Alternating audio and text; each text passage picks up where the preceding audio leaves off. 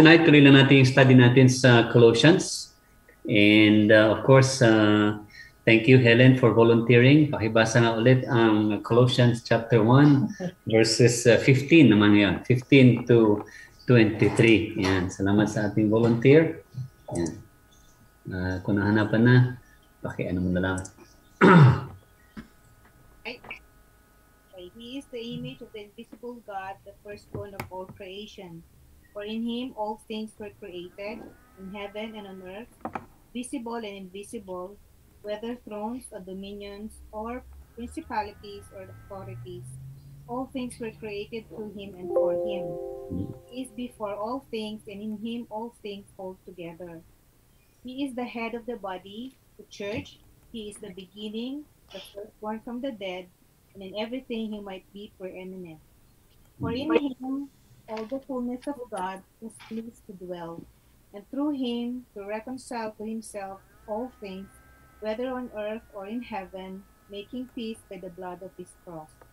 And you who once were strange and hostile in mind, doing evil deeds, he has now reconciled in his body of flesh by his death, in order to present your body and blameless and irreproachable before him. Verses 23, provided that you continue in faith, stable and steadfast, not shifting from the hope of the gospel which you heard, which has been preached to every creature under heaven, and of which I, Paul, became a minister. All right, thank you. Thank you. So, yung ating study last Saturday, part 2 tayo ng pag-study ng Colossians 1:13 to 23. Nakita natin doon yung preeminence of the Lord Jesus Christ, no? Binanggit natin na the Bible itself, not the scripture from Genesis to Revelation, ang focus niya is all about the Lord Jesus Christ. So si Pablo sa kanyang sinulat sa mga taga-Colossae, sa mga Colossian believers, piniliwanag ni Pablo dito na ang Panginoong Jesus mismo ang siyang pinaka central ng mensahe ng Ebanghelyo, no? Siya yung pinaka-focus, pinaka-sentro ng Ebanghelyo. Katulad mismo nga ng sinabi din ng ibang disipulo, no? Katulad din ng sinabi mismo ng Panginoong Jesucristo nung sinabi niya sa Luke chapter 24, na sinabi niya na piniliwanag niya sa mga disipulo niya kung paano sinulat ng mga propeta mula ng panahon ni Moses, na siya nga yung tinutukoy ng salita ng scripture, no, ng mga propeta. Binanggit yan ni Luke sa kanyang sinulat sa Luke chapter 24, no? So makikita natin doon na talaga ang Panginoon Jesus ang pinaka-sentro ng Ebanghelyo, no? Yung sinasabi natin sa Luke chapter 24, sa verse 25. Yan. Verse 25, Luke chapter 24 verse 25, sabi ito naglalakad yung mga disipulo, no? Tapos hindi nila alam na kasabay na pala nila naglalakad yung resurrected Jesus, no? The resurrected Jesus. Tapos sabi ng Panginoon Jesus sa verse 25, then he said to them, O foolish ones, the slow of heart to believe in all that the prophets have spoken. Ought not the Christ to have suffered these things and to enter into his glory? And then verse 27, sabi doon, and beginning at Moses and all the prophets, Jesus explained to them in all the scriptures the things concerning himself. So makikita talaga natin na from Genesis nga down to the last book of the Holy Book, talagang the very center of scripture and even of the gospel, of course, ay walang iba kundi ang Panginoong Jesucristo. Kaya binanggit natin last time na kung tunay natin sinasabing may relasyon tayo sa tunay na Diyos, pero pagka hindi naman natin binibigyan tiwala natin sa Panginoong Jesucristo, wala talaga tayong tunay na relasyon sa Diyos. So it's not a matter of whether I believe in God or not. It's whether do we believe in the Lord Jesus Christ, who is the Son of the living God.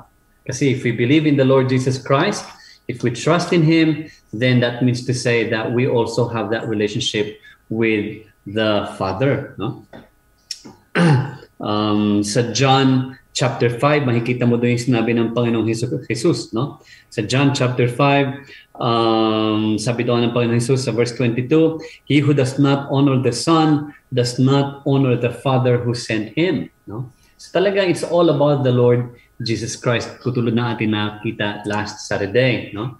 And sabi natin, Jesus being the beloved Son of God, no, or God's love of Son. Nakita natin last Saturday that Jesus is the Messiah, He is the Christ. Siya yung prophesy ng mga prophets about the suffering servant who will redeem His people. Siya yun, wala na iba kundi ang Panginoon Jesus being the Messiah and the Christ. Nakita natin, the scriptures will tell us also that Jesus is Lord of all and the King of Kings because all authority has been given to Him by the Father. Yan ang sabi ng Scripture. And nakita din natin last Saturday that Jesus is the very manifestation of God's love for the world. Why? Because of God's great love, He sent His Son so that His people will be reconciled to Him. No? So it's all about the Lord Jesus Christ. No? Remember, sabi sa verse 13 ng 1 Colossians, God has delivered us from darkness. Tinanggal na tayo from the domain of darkness at dinala tayo. Saan tayo dinala? He has delivered us to the kingdom of His Son, that is the Lord Jesus Christ. Bakit? Because through Jesus Christ, sabi ng verse 14, 1 Colossians verse 14, meron tayong redemption from darkness, no? Na-redeem tayo, binawi niya tayo, natubos tayo mula sa kadiliman at dinala tayo sa kaharian mismo ng Panginoon Jesucristo. And that is only possible, posible lang yan, through the Lord Jesus Christ.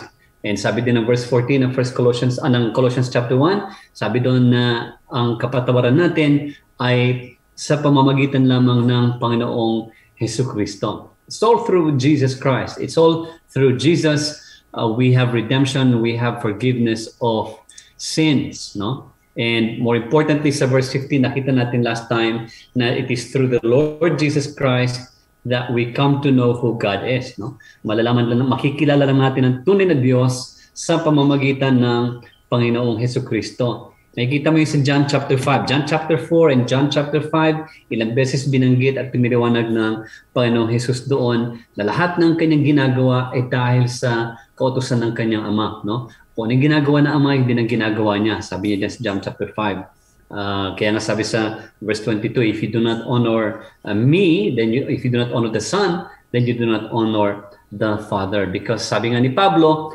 Jesus is the image of the invisible God. Hindi natin makikilala ang Diyos kung hindi natin lubusang kilala din ang Panginoong Jesucristo. Kaya nga, sabi natin, ang tanong hindi naniniwala ka ba sa Diyos, kundi ang tanong naniniwala ka ba sa Panginoong Jesucristo? Dahil it is through Jesus that we come to know God. Kaya nga sa Ebanghelyo, when we proclaim the gospel, hindi naman natin sinasabing, oy, naniniwala ka ba sa Diyos? Do you believe in God?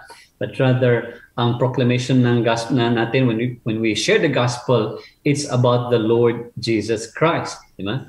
Na I have been forgiven of my sins. I have been reconciled to the Father sa pamamagitan ng Panginoong Jesucristo. Nakita din natin sa verse 15 last Saturday na ang Panginoong Jesus is the firstborn of all creation. Ang firstborn, sinabi natin, that is a title. Iyan ay isang titulo, isang rango. Nagpapatunay na siya ang pinakapangunahin sa lahat. No? Siya yung pinakapangunahin sa lahat. Siya yung sovereign ruler. Siya yung Lord of Lords and King of Kings. So firstborn is not literal na unang ginawa. No? Makikita mo yan, sabi natin sa Psalms 89 and sa Exodus where David being called the firstborn. Hindi naman firstborn si David eh. Si David ba yung firstborn? Meron pa siya mga mas natatandang kapatid, di ba? But still, sa Psalms 89, he was referred to as firstborn. No? Sa Exodus chapter 4, Israel was considered a firstborn. Hindi naman unang ginawang bansa ang Israel eh. Di ba? Israel came later on, di ba? Hindi Israel ang unang bansa. So, firstborn is more of a rank. It is more of status yan. Status or rank or yung pinaka-symbol na overall, pinaka-above overall. Okay? So, the Lord Jesus Christ is the firstborn of all creation, meaning He rules He is on top of everything. He rules everything. Huh? Supreme. Oh, He is supreme. Yeah, that's right. He is supreme. Pangunahin na. No? So sabi natin, yun ang ibig sabihin ng firstborn, no? Supremacy and sovereignty over all creation. There is none other, no, above the Lord Jesus Christ, because sabi ng Scripture, He is above all in all things, no? Nakita din natin sa John chapter 1 verses 1 to 3, nung sinabi ni John doon that all things came into being through Him, and apart from Him, referring to the Lord Jesus, apart from Him, nothing came into being that has come into being. Walang nalikha kung wala ang Panginoong Jesus, no? Walang malilikha apart from Him, no? Everything came into being because of the Lord Jesus Christ. And then sa verse 17, go to verse 17 ng Colossians chapter 1, lahat ng nilikha nga, lahat ng nalikha, it is being held together by the Lord Jesus Christ, no? Kaya He sustains everything. All things, and in Him they consist, no? Lahat it holds, no? Lahat it is sustained because of, everything is sustained because of the Lord Jesus Christ. Sabi ng verse 17, and He is before all things, and in Him all things hold together, or all things consist. Sabi sa King James Version, yeah, or sa English Standard Version, everything holds together. Because He is in control of everything, no? Nakikita mo talaga dyan yung talagang supremacy and the sovereignty of the Lord Jesus Christ above everything, above all things. Kaya talagang siya yung pinakasentro ng Ebanghelyo. And then sa verse 18, sinabi pa ng Apostol Pablo na ang Panginoong Jesus, siya mismo yung head of the body, the church, no? So sabi ng verse 18, and He is the head of the body, the church, who is the beginning. Again, the firstborn from the dead, that in all things He may have the preeminence. So again, it's all about the supremacy of the Lord Jesus Christ. Again, no? Siya yung pinaka-pangunahin sa lahat at siya yung pinaka-pinuno, head, pinaka-namumuna sa iglesia, no? Inulit-ulit yung title na firstborn from the dead, no? Pangunahin, hindi lang sa mga nilikha, even from the dead. Why? Kasi nga, He died on the cross so that He may defeat, He can demonstrate that He has defeated death already by His resurrection. So siya yung pinakapangunahin din because He has control over everything, no? Including death itself, no? Kaya nga sinabi niya sa John chapter 14 verse 19, ba? Because I live, you, referring to His disciples, you will also live. Because siya nga yung pinakapangunahin din eh. Siya yung unang nagpakita na na-defeat niya yung kamatayan by His resurrection, who is now seated at the right hand of the Father. And because of that, sabi niya nga na yung mga pangako niya sa mga tauhan niya, sa mga sheep niya, sa mga tupa niya, sa mga nagtitiwala sa Kanya, you will live also. No? So yun yung punto ni Pablo doon regarding sa preeminence, kadakilaan ng Panginoong Jesucristo. No? He is first over everything, no? Over creation. And then, makikita mo sa verse 19, yung sinasabi ni Pablo doon na it pleased the Father, nalugod ang Diyos Ama, no? It pleased the Father that in Him all the fullness should dwell, no? So makikita mo ulit dito yung the fullness of God dwelling in the Lord Jesus Christ, no? Pag sinabi mong dwell, talagang doon na inirahan eh. So again, kung titignan mo maigi yan, it again speaks of the divinity again and the supremacy of the Lord Jesus Christ. Kaya it's all about Jesus eh. The gospel is about Jesus. Why? Because through Him we have forgiveness. Through Him we have redemption. Through Him we have what? The peace that the Lord Jesus has promised. Diba? The joy and more importantly nga, yung hope that we will be with Him forever. No? So the fullness of God is demonstrated again through the Lord Jesus Christ, because it pleased the Father that in Jesus all the fullness should dwell in him, no? In the Lord Jesus Christ. Again, one statement that will affirm the divinity of the Lord Jesus Christ. Hindi lang siya tao, no? But he is divine. He is God in the flesh, di ba? He is God's only Son. Not a created being, hindi siya nilikha, but rather from the very start, he was with God, tulad ng sinabi ng Scripture. And then verse 20, another important point na tinuloy ni Pablo, sabi niya, he is, referring to the Lord Jesus Christ, di ba? By him to reconcile all things to himself, whether things on earth or things in heaven, having made peace through the blood of his cross. Again, binabanggit dito na ang ating reconciliation sa Diyos lamang ay sa pamamagitan ng Panginoong Hesukristo. Yan, di ba sinabi ng 1 Timothy 2:5, there is only one mediator between man and God. Di ba? Wala nang iba kundi ang Panginoong Hesukristo. Siya yung namamagitan lamang. No? Why? Because He has reconciled us. Ang Panginoong Jesus, nireconcile niya tayo sa Diyos Ama. No? Bakit tayo kinakailangang ma-reconcile? Kasi separated tayo eh. Dati hiwalay tayo sa Diyos, no? Makikita natin sa verse 21 later on, no? Ang point diyan is ang reconciliation natin, yung pagkikiisa natin muli sa ating Diyos Ama ay sa pamamagitan lamang ng Panginoong Hesukristo. Hindi kay Virgin Mary, hindi kay Immaculate Conception, hindi kay Buddha, hindi kay Muhammad, hindi sa Santo Papa o sa anumang santo, kundi only through Jesus Christ. Paano tayo na-reconcile?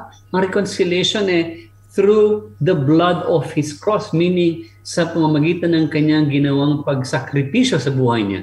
No? Remember sa Old Testament, He is referred to as the suffering servant. No? Servant siya na He has to give Himself. No? He has to serve His people. No? The Messiah nga eh. So, ang Panginoong Jesus mismo ang siyang nagbigay ng kanyang sariling buhay, ng kanyang sariling dugo. Sinabi natin dugo, it refers to life. Ibinigay niya yung sarili niyang buhay para nga tayo ay ma-reconcile lamang sa Diyos Ama. And that is the cost of reconciliation. The Lord Jesus Christ giving Himself up for us so that we can receive redemption and forgiveness. Kaya makikita mo yun sa verses 20 to 22. Sabi na, through Jesus Christ, we have reconciliation to God through the blood of His cross. Bakit natin kailangan ng reconciliation? Sabi sa verse 21 once you were alienated and hostile in mind, doing evil deeds. But now He has reconciled in His body of flesh by His death in order to present you holy and blameless and above reproach before Him. So the cost of reconciliation is what? It cost the life of the Lord Jesus Christ. Walang ibang nagbigay ng buhay at nabuhay muli, no? Walang ibang namatay para sa atin, mga makasalanan, kundi ang Panginoong Hesukristo lang. No? The Lord Jesus is the only one who has given Himself so that we can receive forgiveness. Bakit? Siya lang yung qualified eh. Wala na ibang qualified eh. Why? Because He lived a perfect and sinless life, no? Without blemish.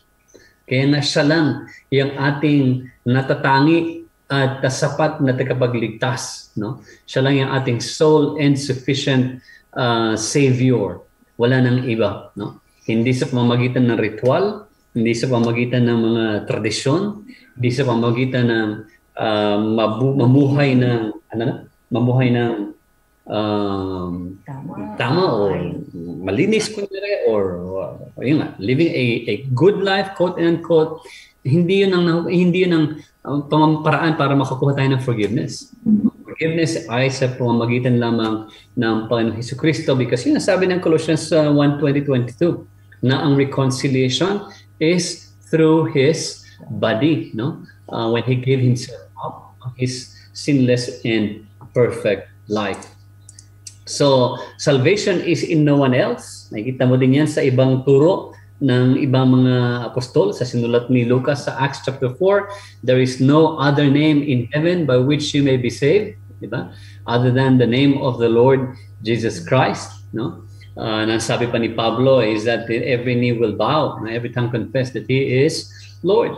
It is only through Jesus by which we can be saved. No? Hindi sa ating sariling gawa, hindi sa ating sariling kabutihan, hindi sa pamamagitan ng ibang relihiyon, no? Hindi sa pamamagitan ng relihiyon natin, that even our religion will save us. Kasi religion natin is nothing. Religion is hindi yan ang magliligtas, kundi yung iyong lubos na pagtiwala sa ginawa ng Panginoong Hesukristo. No? Masasabi natin, yes, may relasyon ako sa Diyos kung meron lamang tayong sapat at tamang relasyon sa ating Panginoong Hesukristo. Ano relasyon yon? Nagtitiwala tayo sa Kanya na yung Kanyang ginawa sa krus ang siyang tanging paraan upang tayo makakamit ng kapatawaran at ng kaligtasan. No? Wala na iba. No? He's the only mediator between sinful man and a holy God. Nabanggit natin sa 1 Timothy chapter 2 verse 5. Walang ibang namamagitan sa banal na Diyos at sa isang makasalanang tao. Walang ibang namamagitan maliban sa Panginoong Hesukristo. No? Binanggit din niya ng Panginoong Jesus sa John chapter 14 verse 6. Diba? Ang sabi ni John doon is, no, sabi ng Panginoong Jesus, walang maaring makapunta sa Ama, no? Maliban sa akin, sabi niya, di ba? No one comes to the Father but through me, says the Lord Jesus in John 14 verse 6. So, the centrality of the gospel is the Lord Jesus Christ, no? Panginoong Hesukristo, wala na iba. Ang pagkilala natin sa Diyos ay sa pamamagitan lamang ng Panginoong Jesus. Hindi yung pagsunod mo ng 10 Commandments ang siya magliligtas sa atin, because at the end of the day, walang sino mang tao sa mundo ang nakasunod ng 10 Commandments ng kahit siguro isang buong araw. I'm being gracious, no? Being gracious. Sa buong araw, walang nakatupad ng 10 Commandments. Kung sino man ang nagsabi, nagawa ko yan, na-violate niya na yung commandment na thou shalt not lie. Dahil wala, no? Remember yung sinabi ni Lord Jesus Christ sa Matthew, sa kanyang sermon, nang sabi niya na, I tell you, they say that thou shalt not commit adultery, but I tell you, sabi niya, meron ka lang lustful na paningin, na pag-iisip, you have already committed adultery in your heart. No? And that is very, yan yung isang kasalanan na madaling makumit everywhere. Kahit sa, pupunta ka sa shopping mall, ando doon na kaagad, no? Ando doon agad yung temptation to have that lustful thing, eventually committing adultery, no? Thou shalt not kill, sabi ng Panginoon Jesus. Pero sabi niya, but I tell you, sabi niya, kung meron ka lang talagang pagkamuhi sa iyong kapatid, you have already committed murder, no?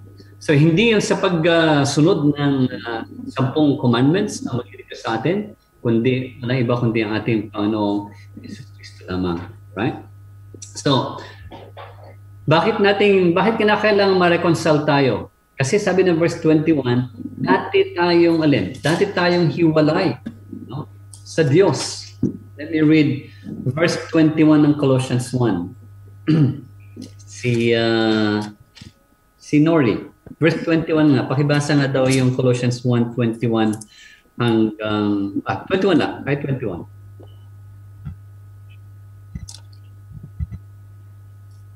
Okay, First Colossians verse 21. And you who once were alienated and hostile in mind, doing evil deeds. Yet now he has reconciled. He is now reconciled in his body of flesh by his death, in order to present you holy and blameless and above reproach before Him. So, bakit tayo kinakailangan ma-reconcile? Dahil nung wala pa tayong tiwala sa Panginoong Hesukristo, we were once hostile in mind to God. Separated tayo . We were once alienated. Okay? We were alienated. and hostile in mind. Sa King James Version, ginaya doon is enemies in your mind. No?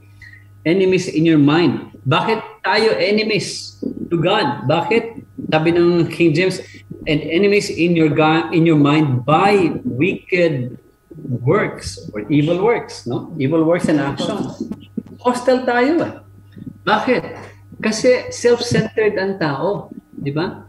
Self-centered ang tao. Yan ang pinaka-nature ng tao eh. Ang pinaka-natural, pinaka-natural instinct ng tao is self-centered. Yan, di ba sabi nila, self-survival.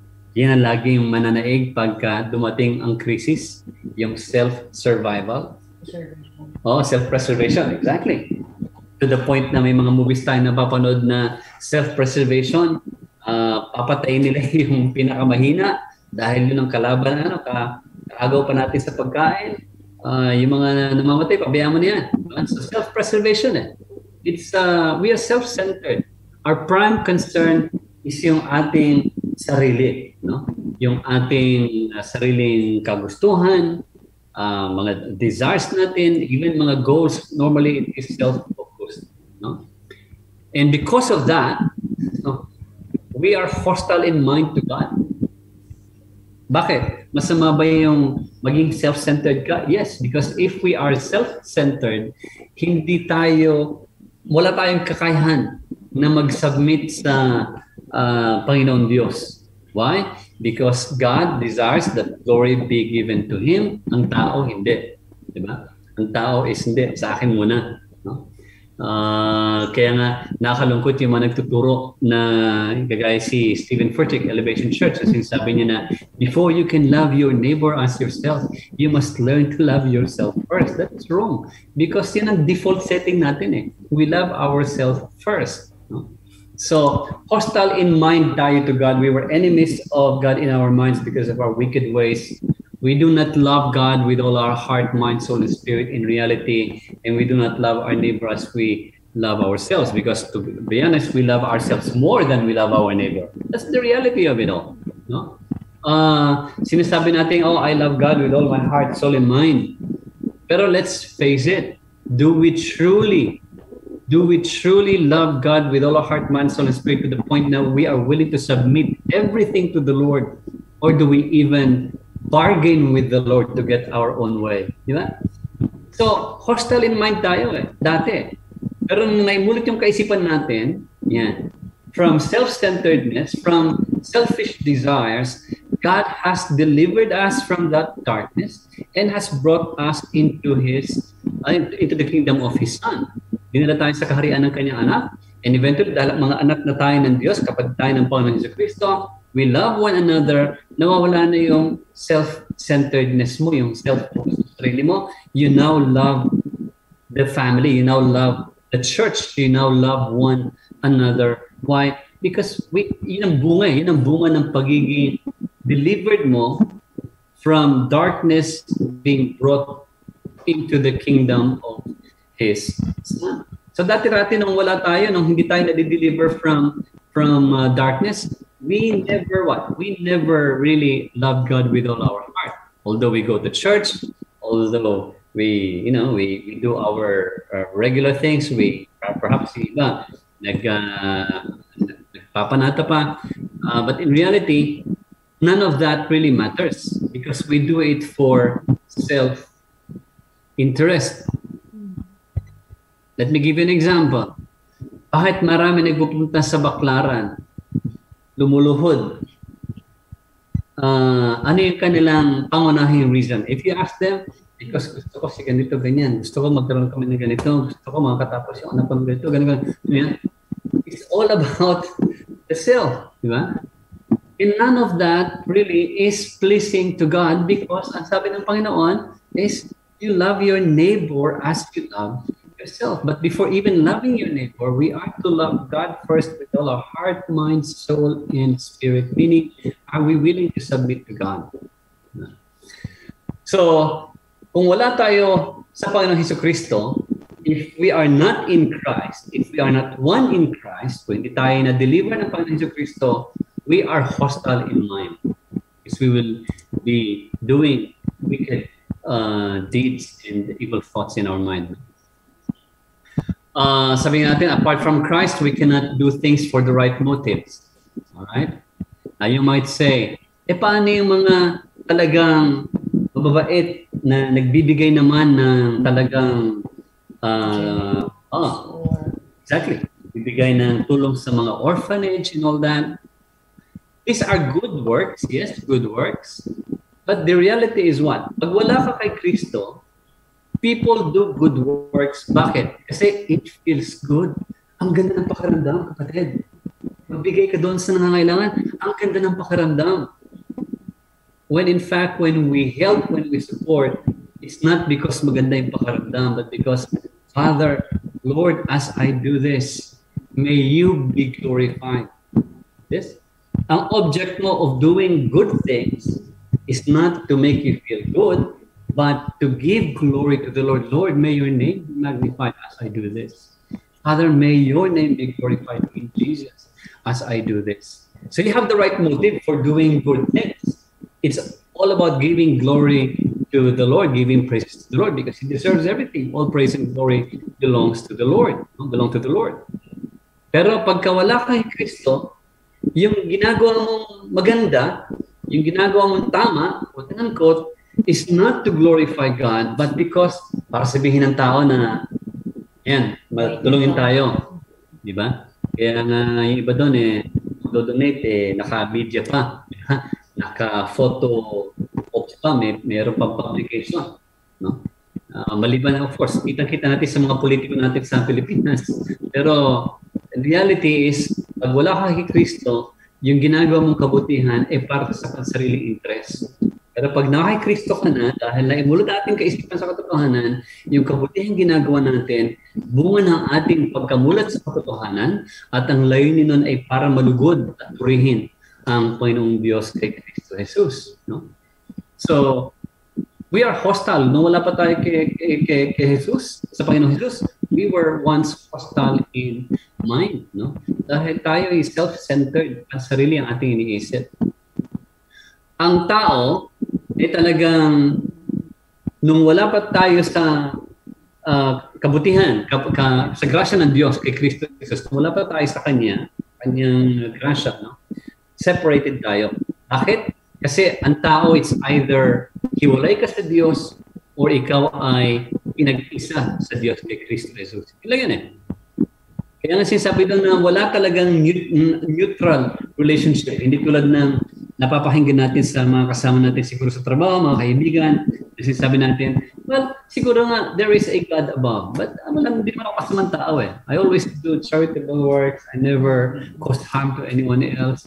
Kung meron mang Diyos, malamang siguro mahigitan ng Diyos na hindi talaga ako masama. Magalang thinking ng tao but ang katotohanan dyan is that you are either reconciled to God or separated from God. Bakit? Kasi ang reconciliation lang natin sa Diyos ay only through Jesus Christ. I-reject mo, tanggihan mo ang Panginoong Jesucristo, you can never be reconciled to God. And maliwanag ang scripture. That's why He died on the cross, so that we can be reconciled to His Father, to God the Father. No? Kung tinanggihan natin ang Panginoong Jesucristo, there is no way by which we can be reconciled to God. Yan sinasabi ni Pablo dito sa Colossians, na ang ating reconciliation is only through the Lord Jesus Christ. And that has been supported by many scriptures na ating pinag-aralan before. It's only Jesus by which we can come to the Father. It's either we are separated or reconciled.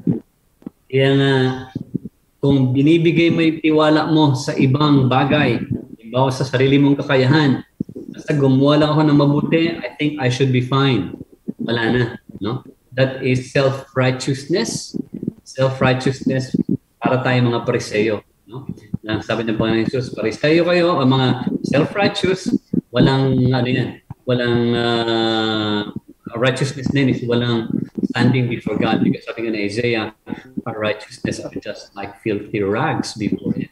No? Wala talaga tayong righteousness. The only righteousness we can have is yung righteousness, yung katuwiran, righteousness ng ating Panginoong Jesucristo. No? So no matter how good your intentions are, no matter how well-meaning your intentions are, if you reject the Lord Jesus Christ, you can never can never be reconciled to God. Kasi maliwanag sa nabasa natin sa Colossians, na ating reconciliation is only through the Lord Jesus Christ. Maliwanag. Maliwanag na wala nang iba pa. And then, ang reconciliation dyan is hindi siya partly but fully reconciled to God. It is, and sinabi ng isang songwriter, di ba? Of the bliss of our sins. It's not the part but the whole, no? The whole of our sins have been nailed to the cross, not just the part of it. Sa ating mga naibulot ang kaisipan patungkol sa pangangailangan natin na magtiwala at yakapin ang Panginoong Hesus bilang tagapagligtas natin, no? Yan ay dahil sa tayo'y inilusan ng pagmamahal ng Diyos. God has reached out to us in love and has drawn us to Himself. Tulad na sinasabi ng Panginoon Hesus sa John chapter 6, na no one comes to me unless the Father draws him to me. No, we are in fellowship with the Lord Jesus Christ. Why? Because that is God's love working in us. And anong role natin ngayon? We are to continue spreading the gospel, spreading the love of God, so that those who belong to Him will hear His voice and will follow the Lord Jesus Christ. We continue to proclaim the glory and the greatness and the love of God. And when we proclaim the gospel, it's not a generic proclamation that do you believe in God? Naniniwala ka ba sa Diyos? When we proclaim the gospel is Jesus Christ. The gospel is Jesus Christ. Any other gospel is no gospel at all. Kaya nga, di ba, yung prosperity gospel, ano pinoproclaim nila? They proclaim prosperity. They proclaim materiality. They proclaim good health. Good health is not evil in itself. But if that is your sole purpose, of course, alam natin, no one lives forever in this world. No? We're missing the point. The gospel is only about the Lord Jesus Christ. Now, since ang reconciliation natin is through the Lord Jesus Christ, ano magiging response natin ngayon? What should be our response given that we know, alam na natin na tayo ay na-reconcile sa Diyos sa pamamagitan ng Panginoon Jesucristo? Ano dapat na maging tugon natin doon? Nasa verse 23 yun, di ba? Verse 23 ng 1 Colossians 1. Sabi noon, simulan natin para makuha natin yung context, di ba? Sabi niya sa verse 21, "And you who once were alienated and enemies in your mind by wicked works, yet now He has reconciled in the body of His flesh through death." Para saan? To present you holy and blameless and above reproach. Notice, the death of the Lord Jesus Christ on the cross is so that He can present us holy and blameless. We are blameless in the presence of God, not because of our own works, but because of the righteousness of Christ in us, not because of us. It is because of the righteousness of Christ that we hold on to, nanghahawakan natin yung kabutihan niya, yung kanyang katuwiran, yung kanyang righteousness, and that because of His righteousness, yun na nakikita sa atin. That's why we are blameless and above reproach in the sight of God. It's only through Jesus. If indeed, yun ang response natin, if indeed you continue in the faith, grounded and steadfast, and are not moved away from the hope of the gospel which you heard, which was preached to every creature under heaven. And I, Paul, became a minister. So how do we respond to the understanding that Christ is the sole and sufficient Savior? Of course, continue in the faith, firmly established and steadfast, matatag, no? Mariin at matatag, no? Not moved away from the hope of the gospel that is in Christ Jesus. In this way. So, kaya nga sabi natin, a person deceived probably is really not a sheep, no? Although of course hindi natin not for us to judge whether a person is truly born again or not, because God only knows, no? But the point is, you shall know them by their fruit, sabi nga, no?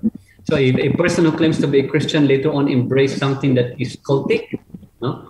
Pag may isa nagsabing Kristiyano and later on in abandon yung faith and has embraced the occult has rejected the Lord Jesus Christ, then from the very beginning, baka they were not with us. Sabi nga ni John, diba? The reason why they left was because from the very beginning, they were never with us. No? But those who are truly enlightened by the Lord, those who belong to the Lord, truly will stand firm in the faith, continue in the faith, firmly established and steadfast. No? Kaya na tayo, we never turn to another gospel. No? We do not turn for a different kind of gospel. We do not, rely. Hindi tayo naghahanap ng iba pa. Dahil lahat ng ating pangangailangan, spiritual, physical, mental, emotional, na kay Kristo Jesus. Diba? Ang ating pananampalataya kay Kristo Jesus, yun lamang ang tanging magbibigay sa atin ng sapat na kaligtasan at katuwiran sa ating Diyos. No? That is our hope. That hope is in Christ Jesus. No? And outside of Christ, there is no hope. And Christ alone is our sole and sufficient Savior. Parang ano yan eh. Katulad na sinabi ni Pablo sa 2 Corinthians. No? If you would like, yun din ang concern ni Pablo eh. Yun din ang concern ni Pablo sa mga taga-Korinto. No? Mga taga-Korinto na ang concern ni Pablo, baka sila mismo eh, malihis din sila. No? Kaya sabi ni Pablo sa 2 Corinthians chapter 11, simulan natin sa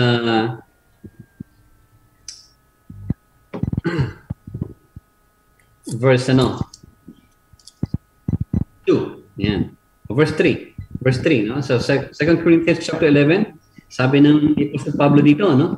Dahil concerned siya sa mga Corinthian believers. Sabi niya, nangangamba ako eh. I fear. Sabi niya, katulad na kung paano nilinlang ng ahas si Eva, no? Baka yung isip niyo eh makurap din, no? From the simplicity that is in Christ.